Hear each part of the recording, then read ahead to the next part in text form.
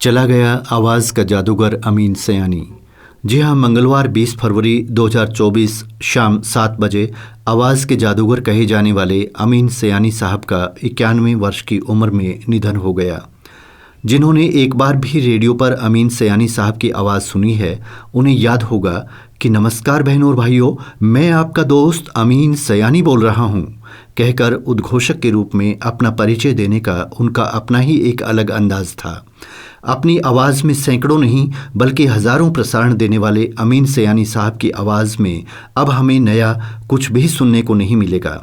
आवाज़ का जादूगर अपनी आवाज़ का जादू दिखाकर इस दुनिया से चला गया है, किंतु रिकॉर्डेड आवाज़ के ख़जाने में उनकी जो आवाज़ हमारे पास है अथवा हमारे जहन में उनकी जो आवाज़ रह रहकर गूंज रही है, उसके माध्यम से वह हमेशा ज़िंदा रहेंगे। जब भी कभी किसी खास अंदाज में अपना कार्यक्रम प्रस्तुत करने वाले उद्घोषक का जिक्र चलेगा, उनका नाम सबसे पहले आएगा। कहने की आवश्यकता नहीं कि आवाज़ की दुनिया में अमीन सयानी साहब के सफ़र की एक लंबी एवं रोचक कहानी है जो उनके परिवार से शुरू होती है। इनका परिवार मुंबई में रहता था। पिता जान मोहम्मद पेशे से डॉक्टर थे। माँ कुलसुम सयानी एक सामाजिक कार्यकर्ता थीं। अमीन सयानी का जन्म 21 दिसंबर सन 1932 को हुआ। सयानी साहब 3 भाई थे, बहन कोई नहीं थी। सयानी साहब के बड़े भाई हमीद सयानी रेडियो में अंग्रेजी के मशहूर उद्घोषक थे, जो इन्हें बचपन में पहली बार रेडियो पर अपने साथ ले गए थे और अंग्रेजी कार्यक्रमों से रेडियो पर इनकी शुरुआत करवाई थी। अमीन सयानी साहब ने 8 वर्ष की उम्र में बम्बई आकाशवाणी केंद्र पर बाल कलाकार के रूप में भाग लिया था। बाद में यह इस केंद्र से बतौर अंग्रेज़ी उद्घोषक जुड़े और लगभग 10 साल तक अंग्रेज़ी के उद्घोषक रहे और बाद में हिंदी उद्घोषक बने। अपने इंटरव्यू में इन्होंने बार बार कहा है कि इन्हें रेडियो पर लाने में ही नहीं बल्कि इनकी आवाज़ को बनाने अर्थात उसमें निखार लाने में भी इनके बड़े भाई हमीद सयानी का बहुत बड़ा हाथ रहा है। वह इनके रेडियो गुरु थे। बड़ा रोचक किस्सा है कि अमीन साहब की आवाज़ में गुजराती लहजा होने के कारण अमीन सयानी जी रेडियो पर हिंदी प्रसारणों में भाग लेने के लिए दिए गए ऑडिशन में असफल हो गए थे और बाद में जब हिंदी के सफल उद्घोषक ही नहीं बल्कि रेडियो के लिए हिंदी आवाज़ के विशेषज्ञ बने, तो इन्होंने आज के हिंदी सिनेमा के शहंशाह अमिताभ बच्चन साहब को उनके शुरुआती दिनों में उस वक्त रेडियो के लिए रिजेक्ट कर दिया था जब वह बतौर हिंदी उद्घोषक ऑडिशन देने रेडियो पर पहुंचे थे और अमीन सयानी साहब ऑडिशन कमेटी में थे। इस बात का जिक्र अमीन सयानी साहब ने अपने कई इंटरव्यू में किया है और साथ ही ये भी कहा है कि इस बात का उन्हें उम्र भर मलाल रहेगा कि उस वक्त उन्होंने अमिताभ बच्चन साहब की आवाज़ को रेडियो प्रसारणों के उपयुक्त नहीं पाया था और उन्हें रिजेक्ट कर दिया था। अगर वह अमिताभ बच्चन साहब को केवल रिजेक्ट करते तो भी कोई बात नहीं थी। इस किस्से के जानकार लोग बताते हैं कि उन्होंने तब अमिताभ बच्चन साहब को रिजेक्ट करते समय कहा था, ये कोई आवाज़ है? अपनी इस भारी भरकम आवाज़ से तुम तो डरा दोगे लोगों को। ये आवाज़ रेडियो उद्घोषक के लायक नहीं है। किंतु बाद में यही अमिताभ बच्चन अपनी दमदार आवाज़ और शानदार अभिनय के कारण अमीन सयानी साहब के फेवरेट एक्टर बने। गायकों में सयानी साहब किशोर दा को पसंद करते थे और मज़े की बात है कि उस समय के सभी गायक गायिकाएं अमीन सयानी साहब को पसंद करते थे। कहने की आवश्यकता नहीं कि अमीन सयानी साहब की आवाज़ में रेडियो सिलोन से प्रसारित वीणा का गीतमाला, जो कि आगे चलकर सिबा का गीतमाला बना, ने न केवल श्रोताओं का मनोरंजन किया बल्कि हिंदी सिनेमा के गायक गायिकाओं को श्रोताओं की कसौटी पर कसने का काम भी किया। इस गीतमाला के एक एक पायदान पर चढ़ते हुए किसी गीत का लोकप्रियता के शिखर पर पहुंचना उस गीत के गायक गायिका के लिए निश्चित रूप से गर्व की बात होता था। बचपन में अमीन सयानी साहब की इच्छा गायक बनने की थी, मगर होता तो वही है जो मंजूर खुदा होता है।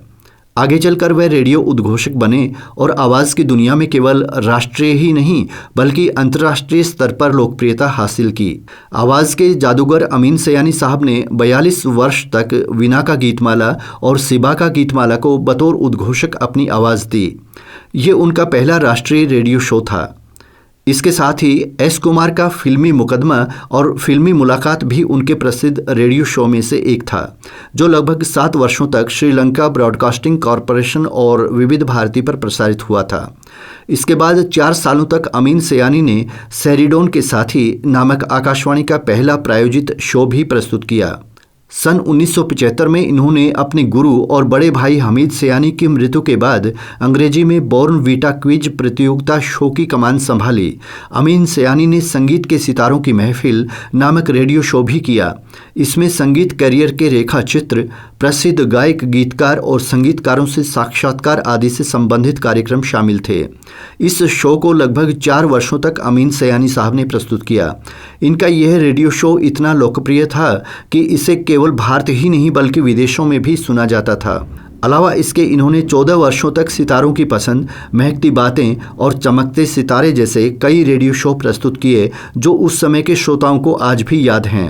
अलावा इसके इन्होंने HIV एड्स जागरूकता के संदर्भ में प्रतिष्ठित सामाजिक कार्यकर्ता और डॉक्टर्स से साक्षात्कार पर आधारित सोनाश नामक रेडियो शो भी प्रस्तुत किया। अमीन सयानी जी के अंतर्राष्ट्रीय रेडियो शो की यदि हम बात करें तो इन्होंने कई अंतर्राष्ट्रीय रेडियो शो प्रस्तुत किए, जिनमें फिल्म स्टार से साक्षात्कार, लघु सम्मेलन, लाखों लोगों के लिए संगीत, 4 सालों तक लंदन में सनराइज रेडियो पर वीटी का हंगामा, संयुक्त अरब अमीरात में गीतमाला की यादें और 8 महीनों तक ये भी चंगा वह भी खूब जैसे लोकप्रिय रेडियो शो शामिल हैं।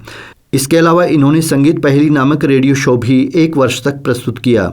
Boston, San Francisco, Toronto, Washington के कई विभिन्न रेडियो चैनल पर 2.5 साल तक हैंगमे नामक रेडियो शो को भी अमीन सयानी साहब ने प्रस्तुत किया। आवाज़ की दुनिया के इस जादूगर को मिले मान सम्मान एवं पुरस्कारों की यदि हम बात करें तो सूची निश्चित रूप से लंबी है। रेडियो के पहले जॉकी अमीन सयानी जी को रेडियो के क्षेत्र में विशिष्ट योगदान के लिए सन 1991 में इंडियन सोसाइटी ऑफ एडवर्टाइजर्स द्वारा गोल्ड मेडल से सम्मानित किया गया। इंडियन रेडियो स्टूडियो में बड़ा योगदान देने वालों को सम्मानित करने के उद्देश्य से फिक्की के द्वारा इंडियन रेडियो स्टूडियो के साथ मिलकर स्थापित अवार्ड लिविंग लीजेंड अवार्ड से भी इन्हें इसी वर्ष सम्मानित किया गया। सन 1992 में इन्हें लिंका बुक ऑफ रिकॉर्ड के person of the year award से नवाजा गया। सन 1993 में भारतीय अकादमी ऑफ एडवर्टाइजिंग फिल्म कलाकार को हॉल ऑफ फेम अवार्ड से सम्मानित किया गया। तब अमीन सयानी साहब को सम्मानित किया गया। सन 2003 में रेडियो मिर्ची की ओर से इन्हें कान हॉल ऑफ फेम अवार्ड से नवाजा गया।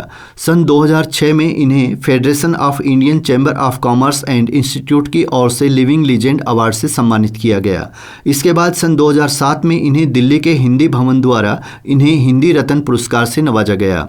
सन 2012 में इन्हें रेडियो हॉल ऑफ फेम में शामिल किया गया था, जिसे सम्मानित होने वाले अमीन सयानी पहले भारतीय एशियाई बने। वर्ष 2009 में अमीन सयानी जी को भारत सरकार के पद्मश्री पुरस्कार से सम्मानित किया गया। वर्ष 2016 में इन्हें 19वें हीरा मणिक पुरस्कार के लाइफ टाइम अचीवमेंट पुरस्कार से सम्मानित किया गया। अमीन सयानी जी के संदर्भ में एक खास बात यह भी रही कि उम्र के अंतिम पड़ाव पर भी उनकी आवाज़ में वही पहले जैसा दमखम और वही आकर्षण रहा है और वह अपने खराब स्वास्थ्य के बावजूद मुंबई के रीगल सिनेमा के साथ वाली बिल्डिंग की दूसरी मंजिल पर स्थित अपने स्टूडियो में जाकर कुछ समय गुजारते रहे हैं। उनकी प्रबल इच्छा थी कि वह अपनी बायोग्राफी लिखें, मगर अफसोस कि उनकी ये इच्छा पूरी ना हो सकी। निष्कर्षतः हम कह सकते हैं कि भले ही आवाज़ के जादूगर अमीन सयानी जी अपनी सांसारिक यात्रा पूरी करके इस संसार से चले गए हैं, किंतु उनकी आवाज़ का जादू अब भी लोगों के जहन पर छाया है और विश्वास किया जा सकता है कि ये आने वाली कई सदियों तक छाया रहेगा। अमीन सयानी जी के जाने से आवाज़ की दुनिया में एक अलग अंदाज वाली प्रेरक आवाज़ के रूप में निश्चित रूप से शून्य की स्थिति आ गई है। उनकी कमी अब शायद ही कभी किसी रूप में पूरी हो। आवाज़ के महान जादूगर को विनम्र श्रद्धांजलि।